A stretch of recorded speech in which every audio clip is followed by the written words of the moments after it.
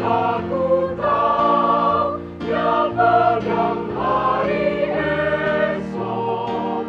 Hidup jadi baptisma, Yesus hidup. Sebab Yesus hidup.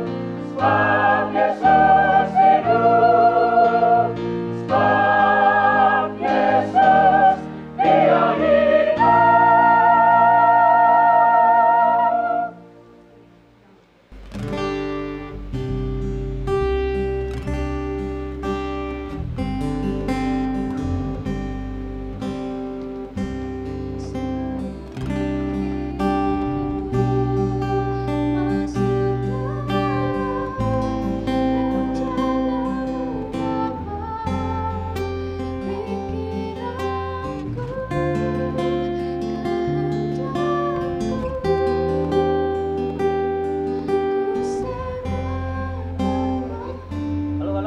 Halo Andre, Andre. Halo. Ya, sorry Andre, aku kayaknya nggak bisa latihan deh hari ini. Waduh, kita udah putus nih. Ki. Iya, sorry banget ya. Mungkin nanti gue bakal nyusul deh ya. Gue bakal nyusul nanti. Iya, diusahain. Iya, soalnya aku lagi gambut banget nih. Gak tahu kenapa aku gambut ya. Aduh, pasti kok kamu. Iya. Nanti ya, Ki. Iya. Usahain dong, usahain. Oke, siap. Oke, sorry ya. Iya. Sorry banget nih. Ya, usahain, kita harus move. Oke. Duh, kenapa ya pasca kali ini kok kayak ada rasa kesepian gitu ya? Kenapa ya? Apa karena papa nggak ada ngabarin aku ya? Harusnya kan pasca ini papa ngabarin aku. Tapi kenapa kayak papa nggak ada ngabarin sama sekali? Dari tadi aku nunggu telepon dari dia nggak diangkat-angkat. Coba aku telepon deh ya.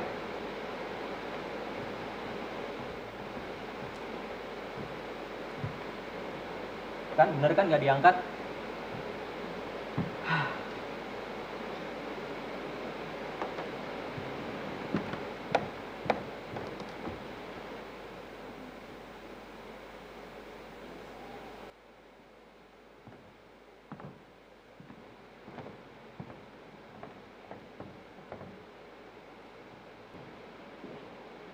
Gimana ya kondisi anakku di sana?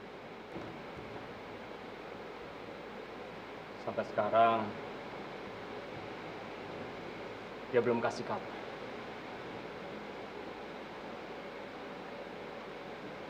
Atau dia Paskah, merayakan Paskah sama seperti aku di sini.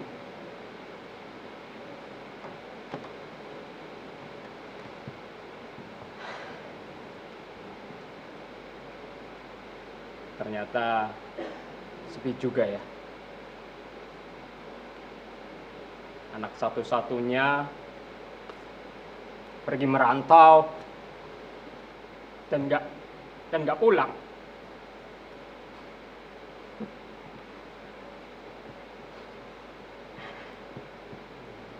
Seperti ada yang berbeda di Paskah tahun ini.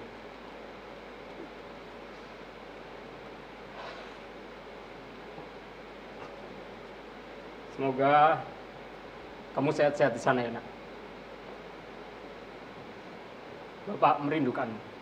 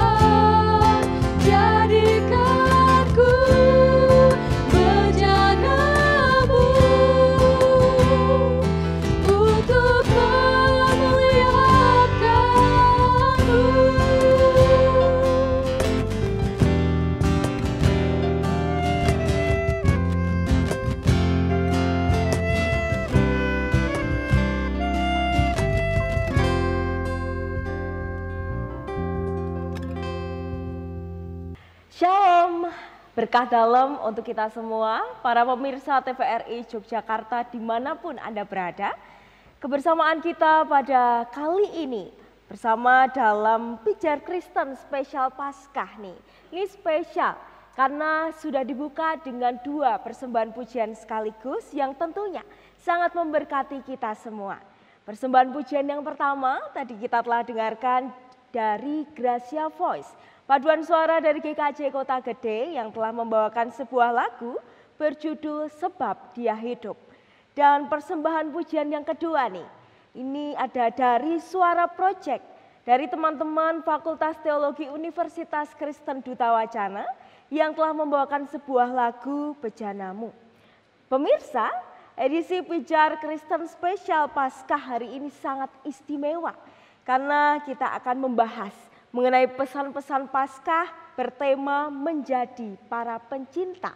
Di sini saya Graciana Tita Antera Puspa sudah bersama dengan 2 narasumber teristimewa kita. Yang pertama ada Romo Dr. Martinus Joko Lelono PR yang beliau saat ini melayani di Paroki Santo Mikael, Lanut Adi Sucipto. Berkah dalam Romo, apa kabar? Baik.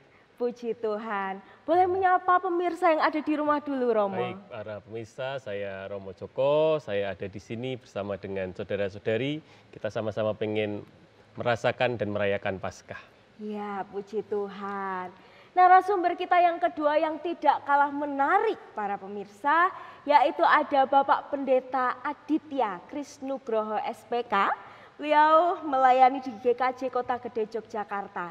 Shalom Pak Pendeta. Shalom Mbak Tera. Apa kabar? Puji Tuhan, luar biasa. Iya, sukacita ya. Iya, semangat bersama Iya. dengan Romo Joko. Silakan boleh menyapa dulu para pemirsa di rumah. Shalom pemirsa TVRI Jogja, dimanapun saudara berada, tetap menjadi pencinta. Iya, luar biasa. Terima kasih Romo Joko dan Pak Pendeta Adit yang hari ini sudah berkenan hadir di Pijar Kristen TVRI Yogyakarta hari ini. Baik, Romo, Pak Pendeta, tadi kan kita sudah melihat nih, ada sebuah ilustrasi, ada anak yang kok kayaknya nungguin gitu kabar dari bapaknya.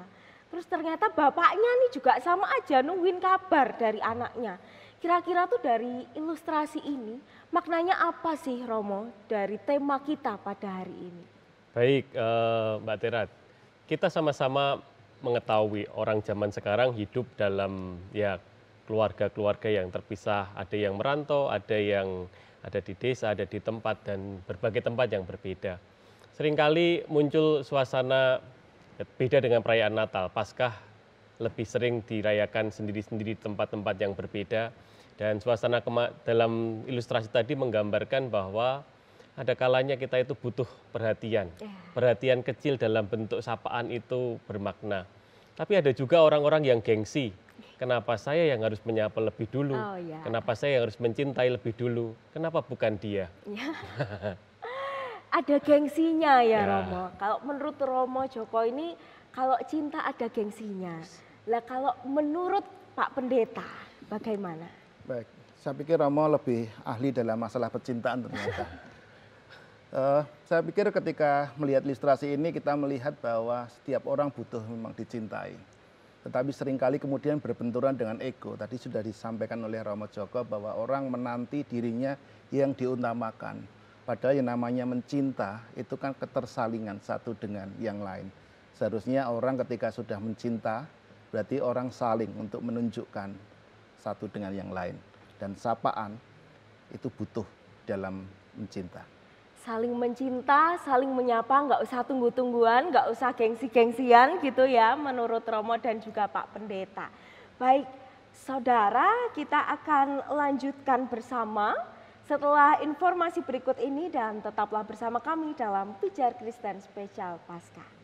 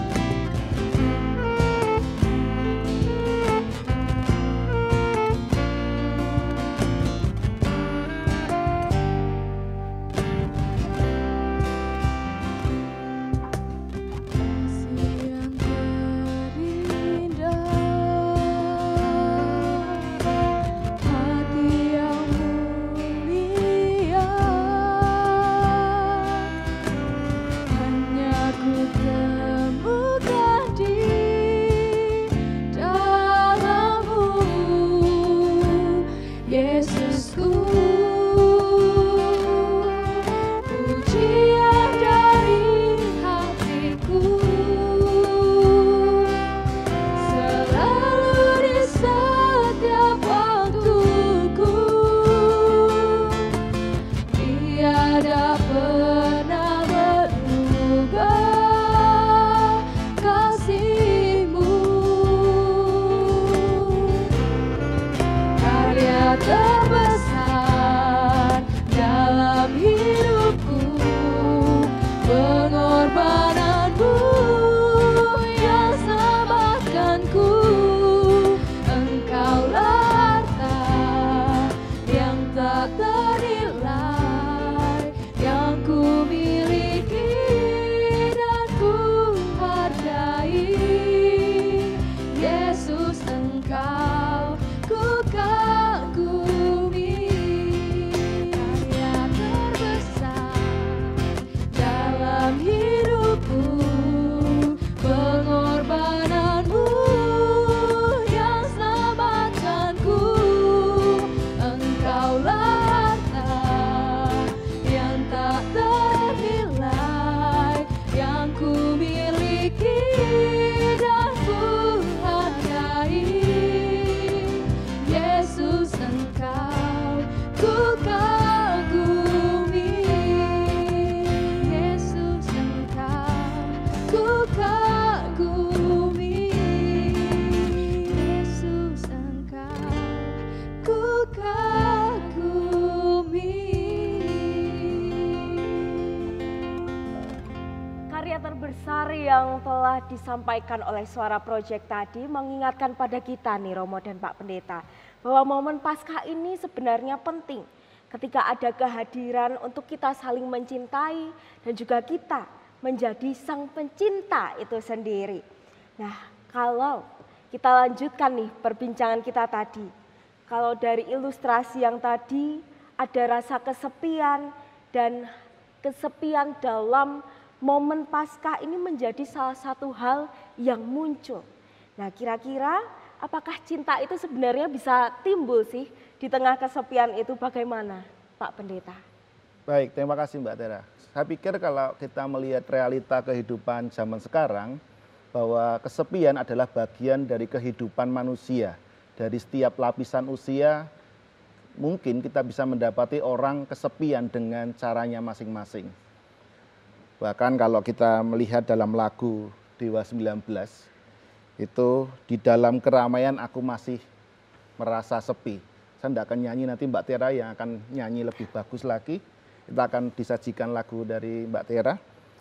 Dan kemudian apakah kesepian itu hanya milik anak-anak muda, para pencari senja saja? Tetapi tidak. Realitanya orang tua pun juga mengalami kesepian. Ini terbukti dengan yang disebut dengan sindrom emptiness atau sindrom sarang kosong. Jadi ketika terbiasa banyak orang, kemudian lalu ditinggal anak-anaknya merantau dan hanya ada orang tua, dan kemudian melihat kamar-kamar kosong dari anak-anaknya, tentu ada rasa sedih dalam diri orang tua. Nah, tentu pergumulan mengenai kesepian ini memang menjadi sebuah realita dalam kehidupan manusia zaman sekarang. Dan kalau kemudian kembali kepada bagaimana di tengah-tengah kesepian itu kita menumbuhkan cinta, itu memang perjuangan. Jadi memang kalau ketika kita bicara mengenai kesepian tidak bisa hanya dilakukan oleh seorang diri, tetapi juga butuh komunitas untuk merangkul. Bahwa kesadaran bahwa saya merasa diri saya sendirian, kita perlu ketika kita sudah aware dengan kondisi itu, maka kita perlu keluar dari situ.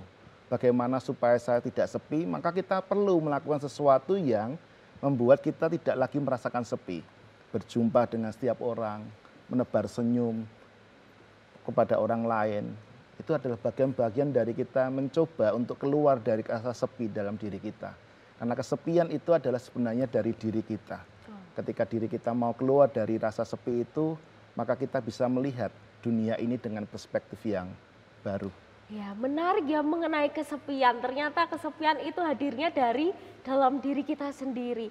Dan bagaimana ketika kesepian itu melanda diri kita, ya bagaimana caranya kita keluar dari sarang kesepian itu. berkomunitas. Lah, lalu bagaimana ketika jauh dengan orang tua, ternyata kita merasa kesepian, ada gengsi-gengsian ya. Ternyata bagaimana cara kita bergaul, berkomunitas, supaya kita jauh dari rasa kesepian itu, kita bisa keluar dari sarang kesepian.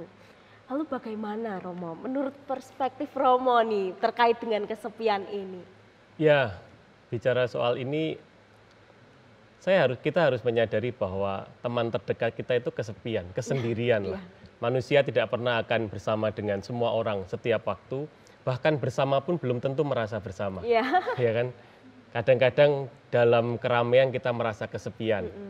Dan dalam kesendirian ada juga orang yang merasa sungguh bersyukur hidupnya itu tetap diberkati.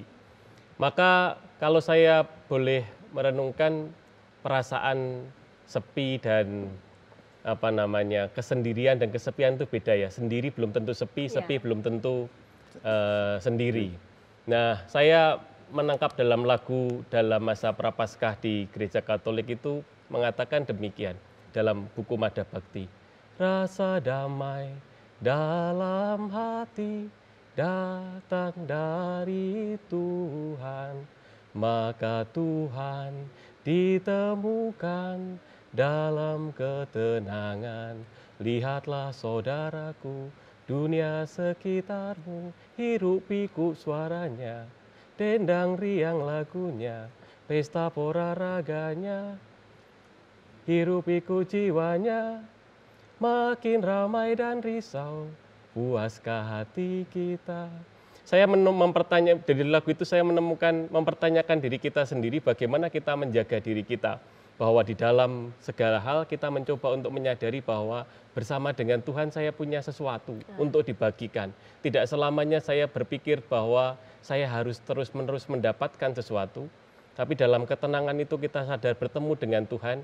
Dan kalau ketemu dengan Tuhan, apa yang dikatakan Pak Adit tadi menjadi nyata bahwa ya Tuhan itu meminta kita untuk punya satu tugas. Tugas kita adalah mencintai. Mencintai itu tindakan aktif dan seringkali kita lebih mendapat daripada memberi. Ketika kita memberi pun kita malah mendapatkan sesuatu. Tapi kalau cinta itu dicari-cari, nggak akan ketemu. Katanya mirip kayak itu loh, orang yang mau menangkap kupu-kupu itu loh. Kalau kupu-kupu itu kejar-kejar, nggak ketemu-ketemu. Tapi begitu kita sibuk mengerjakan apa yang kita kerjakan, rupanya dia nemplek di pinggir bahu kita. Semakin ku kejar, semakin kau jauh ya Romo. Pengalaman pribadi nih Pak. Ini pengalamannya Pak Adit ini. Iya, saya tadi jadi salah fokus loh sama suaranya Romo, ini merdu sekali loh. Nanti Romo mau nyanyi mungkin. Pak Pendeta saja. Ya, terkait kesepian yang ternyata sepi dan sendiri itu berbeda ya Romo. Ini harus kita relasikan lagi dengan diri kita sendiri, bahkan dalam kesendirian kita, dalam kesepian kita, kita masih punya Tuhan yang mau untuk bersama-sama dengan kita mengkomunikasikan segala sesuatunya pada Tuhan. Mungkin ini sama halnya dengan Tuhan itu adalah satu-satunya yang kita andalkan, begitu ya. Karena Tuhan adalah satu-satunya yang kita andalkan, maka mari kita bersama-sama dengarkan Suara Project, satu-satunya yang kuandalkan.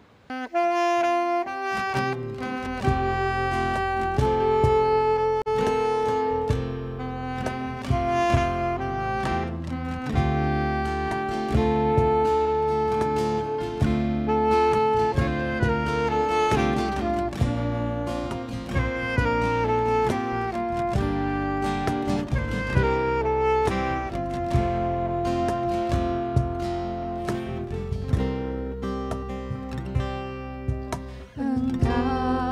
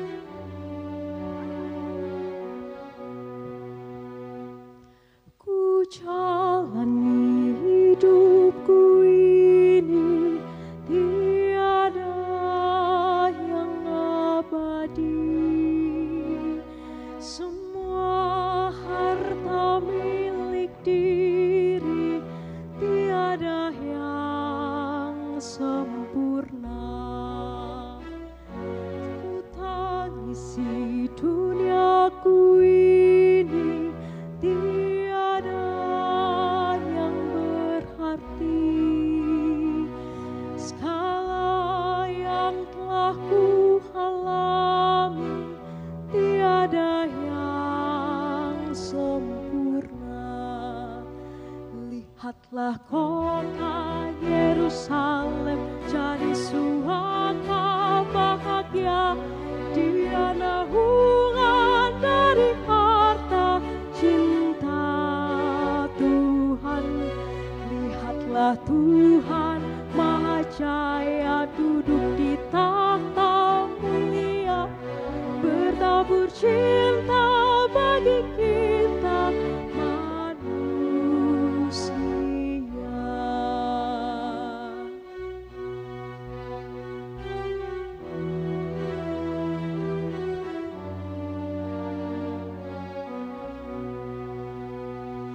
Ku ratapi jalanku ini, tak rata penuh duri, serasa gagal dalam diri, tak puas akan hasil. Ku ratapi nasibku ini, tak riba penuh rugi. Segala yang ku kehendaki, tak lepasan dan hadir. Lihatlah kota Yerusalem jadi penopang bahagia. Tiada yang gagal dalam semangat cinta Tuhan.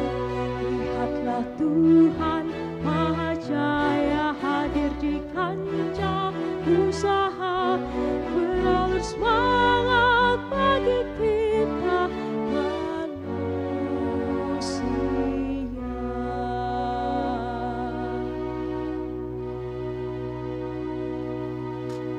Keren banget kan Romo? Mantap Mbak Tera. Paket komplit kita. Sesuai request ya Romo ya. Ini terkait dengan kota Yerusalem, terkait juga dengan Yesus dan juga pengorbanannya di kayu salib. Kira-kira apa sih yang diajarkan oleh Tuhan Yesus terkhusus dalam peristiwa Paskah ini, bagaimana Pak Pendeta Adit? Baik. Mbak Tera, kalau kita menghayati Paskah itu satu kata yang kemudian sering kali muncul dalam benak kita adalah cinta. Ya. Sadar atau tidak itu satu kata yang kemudian menjelaskan tentang Paskah itu. Cinta dari mana? Cinta dari Tuhan Allah kepada manusia sehingga mengaruniakan anak yang tunggal kepada kita. Cinta dari Yesus bagaimana dia mau memberikan diri, mengorbankan diri, menderita sampai dengan kematiannya.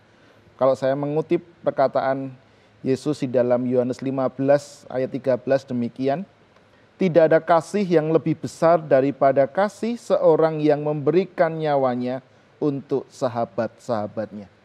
Jadi kalau kita melihat apa yang dilakukan oleh Yesus, Yesus itu bukan hanya sekedar mengeluarkan kata-kata manis ya, tetapi dia kemudian menunjukkan dengan nyata bahwa di balik kata-kata indahnya, dia juga melakukan sebuah aksi yang nyata dalam sebuah kasih yang nyata kepada semua orang.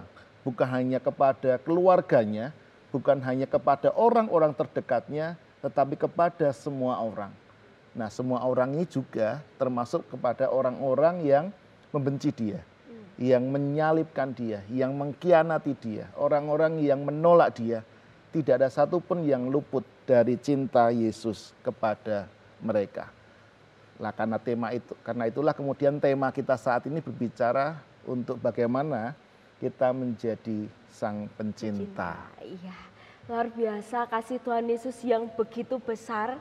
Dia nggak melihat latar belakangnya seperti apa, siapapun diselamatkan, dan itulah cinta yang besar, kasih yang luar biasa. Karena ia pun rela sengsara untuk kita. Kalau ada kasih yang besar, ada cinta yang butuh pengorbanan. Kalau menurut Romo Joko kira-kira seperti apa menanggapi cinta yang besar ini? Baik, terima kasih. Kalau saya sebagai orang Katolik, kita sebagai orang Kristen, satu hal yang menurut saya membanggakan itu adalah bahwa Tuhan itu dekat dengan kita. Dan ia mengalami pengalaman-pengalaman manusiawi seperti kita.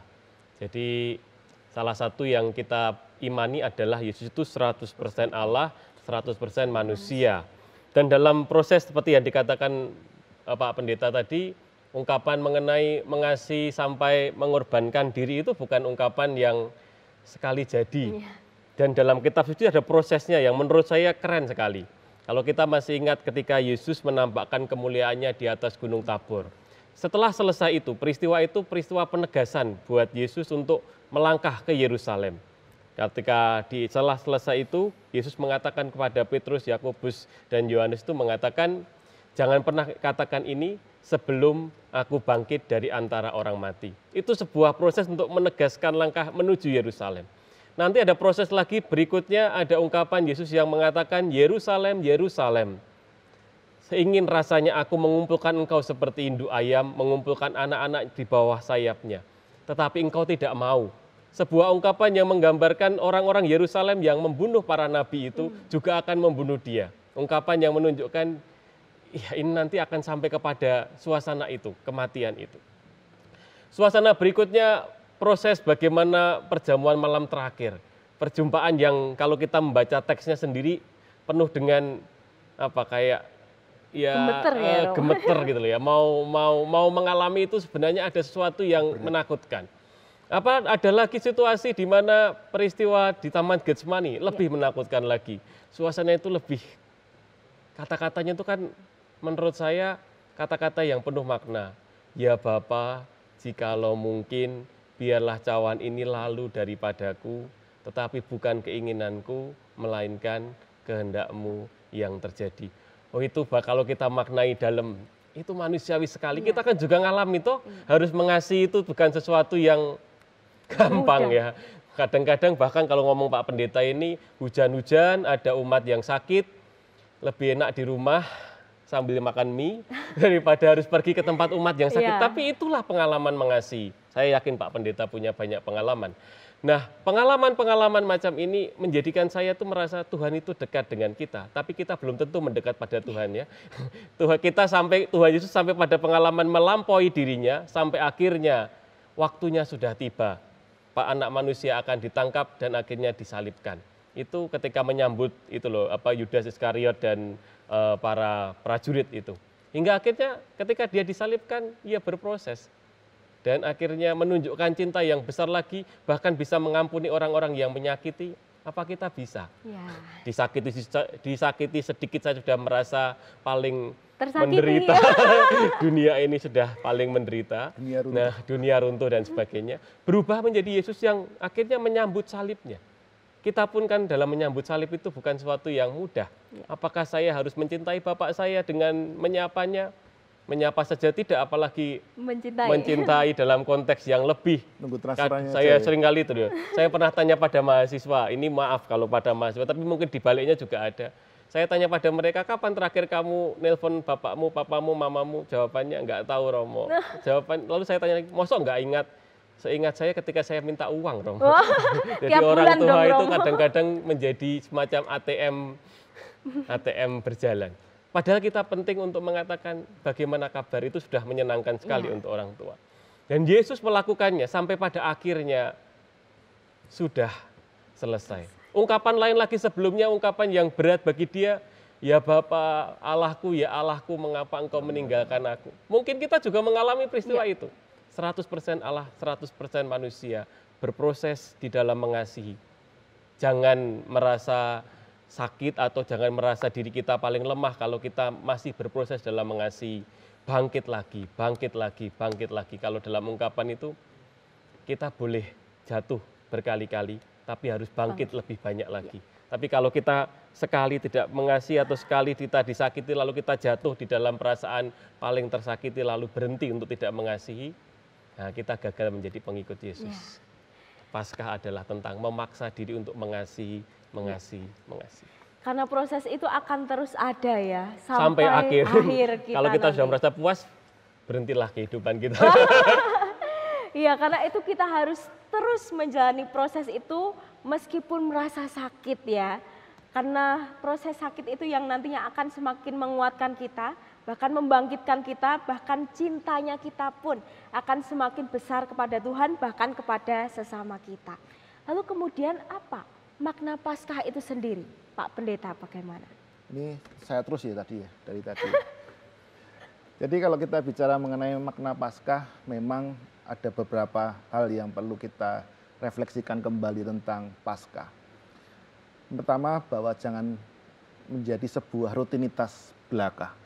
Kegiatan 1 tahun sekali yang kita rayakan. Kalau kita hanya berhenti kepada itu, kita menjadi Kristen napas. Iya. Natal dan Paskah. Paskah saja. Tetapi tidak ada sebuah kebangkitan rohani, tidak ada perubahan dalam diri kita. Kedua yang menurut saya adalah tadi, kata kuncinya adalah cinta. Saya setuju dengan apa yang diungkapkan oleh Romo bahwa kita di momen ini kita dipaksa. Kita memang perlu dipaksa untuk mencinta. Jadi, let's do it untuk Iya. mencinta. Memaksakan diri untuk mencinta, karena itulah prosesnya. Lalu bagaimana tentang Paskah ini, Romo? Paskah menurut saya adalah momen bertanya, sudah paskah hidupku dengan hidup Tuhan? Kan mempertanyakan diri kita sendiri kan. Dan yang kedua jelas kalau dalam proses yang kami jalani dalam gereja Katolik dan Kristen mungkin hampir sama, ada masa sebelum Paskah namanya Prapaskah. Ya. Masa ini adalah masa di mana kita melakukan mati raga, puasa, pantang, dan upaya untuk mempertanyakan diri kita sendiri, mendekatkan diri kepada Tuhan. Kami menyebutnya sebagai masa retret agung. Retret agung itu, retret itu dari kata retreat. Retreat itu artinya mengundurkan diri, melihat lagi diri kita supaya kita maju lebih banyak. Kalau dalam konteks tadi yang dibicarakan di dalam ilustrasi tadi, bisa bermakna apakah selama ini saya sudah banyak memberi atau saya terlalu banyak menuntut? Apakah selama ini saya banyak mencintai atau saya lebih banyak menuntut untuk dikasihi? Percayalah bahwa orang yang mampu memberi, mengasihi dengan legowo, dengan semangat, itu akan lebih mudah bahagia daripada orang yang selalu merasa gegana, gelisah, galau, merana. Hidup saya kok begini-begini amat. Padahal amat aja nggak begini-begini. Iya, karena kalau kita saling mengasihi tentu kita akan pasti bahagia. Maka saat ini mari kita dengarkan bersama, Ku Berbahagia.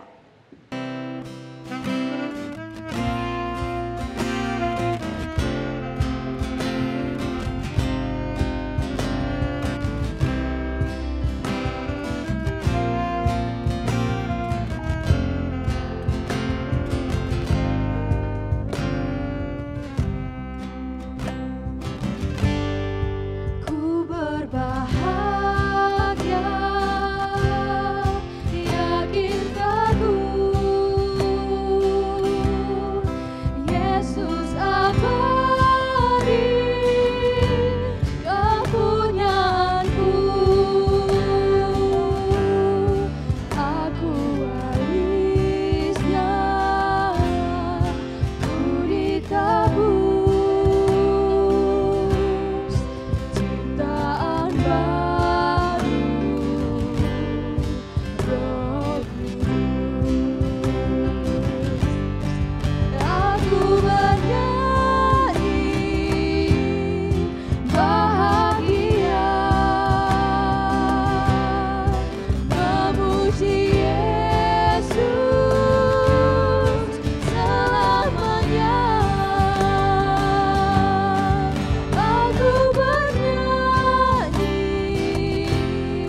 bahagia, memuji Yesus selamanya.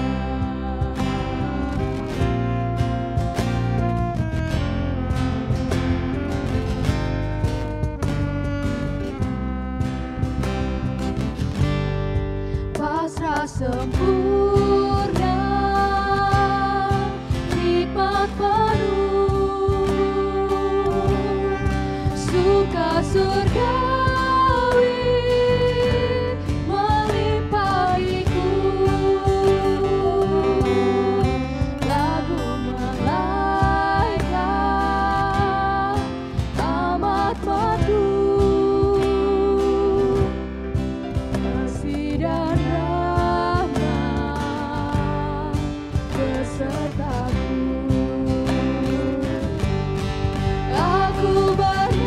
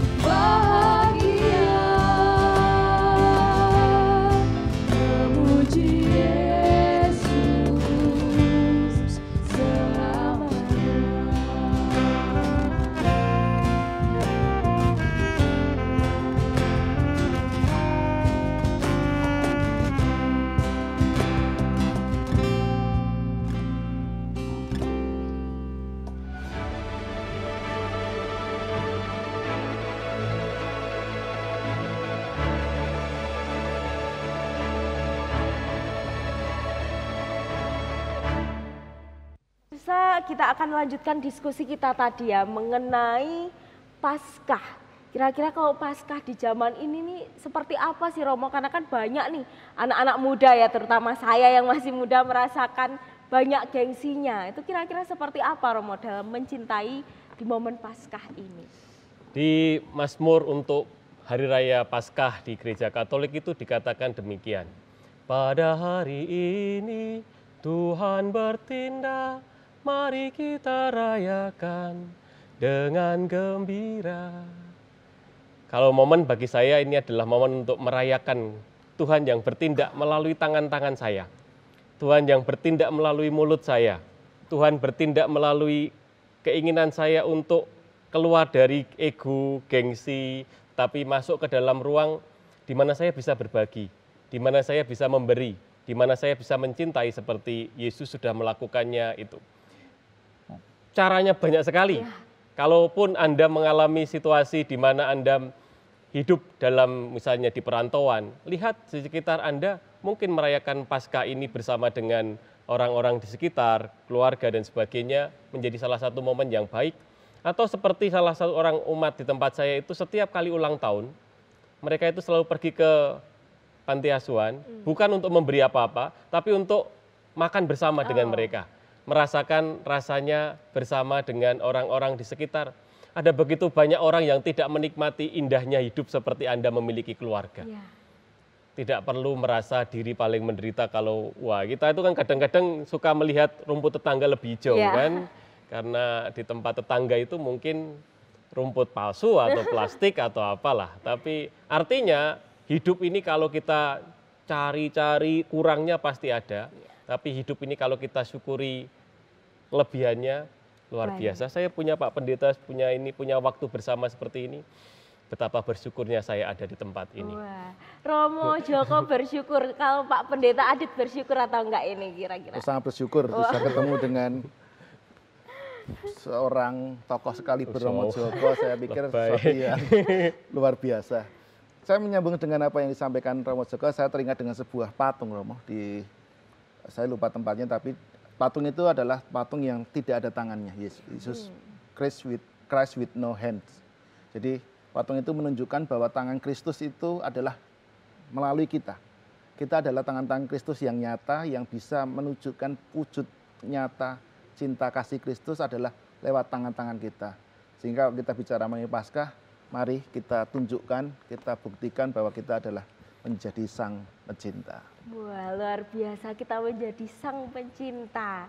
Kalau setelah sekian panjang nih kita diskusi, kita ngobrol-ngobrol bersama Romo Joko dan juga Pak Pendeta Adit, kira-kira ada pesan-pesan khusus nggak nih buat pemirsa di rumah terkait dengan Paskah ini, tema kita tentang menjadi sang pencinta ini. Monggo, siapa dulu mau? Oh ya, Romo yang lebih dulu. Yang lebih suci. Saya membacakan ulang aja kata-kata Pak Pendeta tadi. Yesus tak punya tangan lagi, tangan kitalah yang menjadi tangannya untuk melakukan kebaikan kepada orang masa kini. Yesus tak punya mulut lagi, mulut kitalah yang menjadi mulutnya untuk melakukan kebaikan kepada orang masa kini. Paskah cinta kasih adalah tindakan aktif menyapa, memberi kebaikan kepada orang lain. Selama kita masih bisa melakukan kebaikan, mari kita berbuat baik di dunia ini. Khairil Anwar itu pernah mengatakan, sekali berarti, habis itu mati.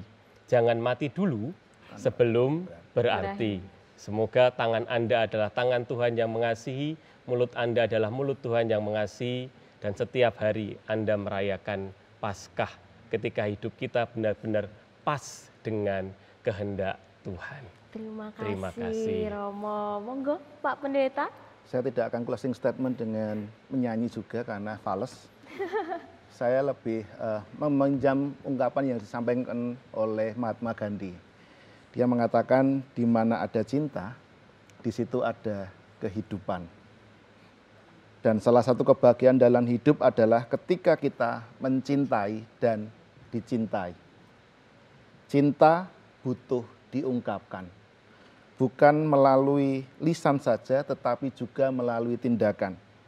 Lakukanlah itu sebelum semuanya serba terlambat dan menyesal, karena penyesalan selalu menjadi terakhir, karena di awal adalah pendaftaran. Wah, di awal pendaftaran ya, luar biasa. Terima kasih Pak Pendeta Adit, terima kasih Romo Joko yang saat ini telah menyampaikan closing statement-nya, di mana kita harus menjadi pewarta itu sendiri, di mana kita juga harus menjadi sang pencinta melalui apapun yang kita lakukan. Talenta kita pakai juga ya untuk bersaksi, untuk kita saling mencintai Tuhan, bahkan mencintai sesama kita. Terima kasih banyak Romo Joko dan juga Bapak Pendeta Adit yang sudah sharing, ngobrol-ngobrol pada Pijar Kristen Spesial Paskah hari ini. Karena pertemuan kita sudah selesai, maka selamat Paskah. Yesus telah mencintai kita sampai akhir, maka kita juga ingin mengikutinya. Tetaplah mencinta, tetap setia.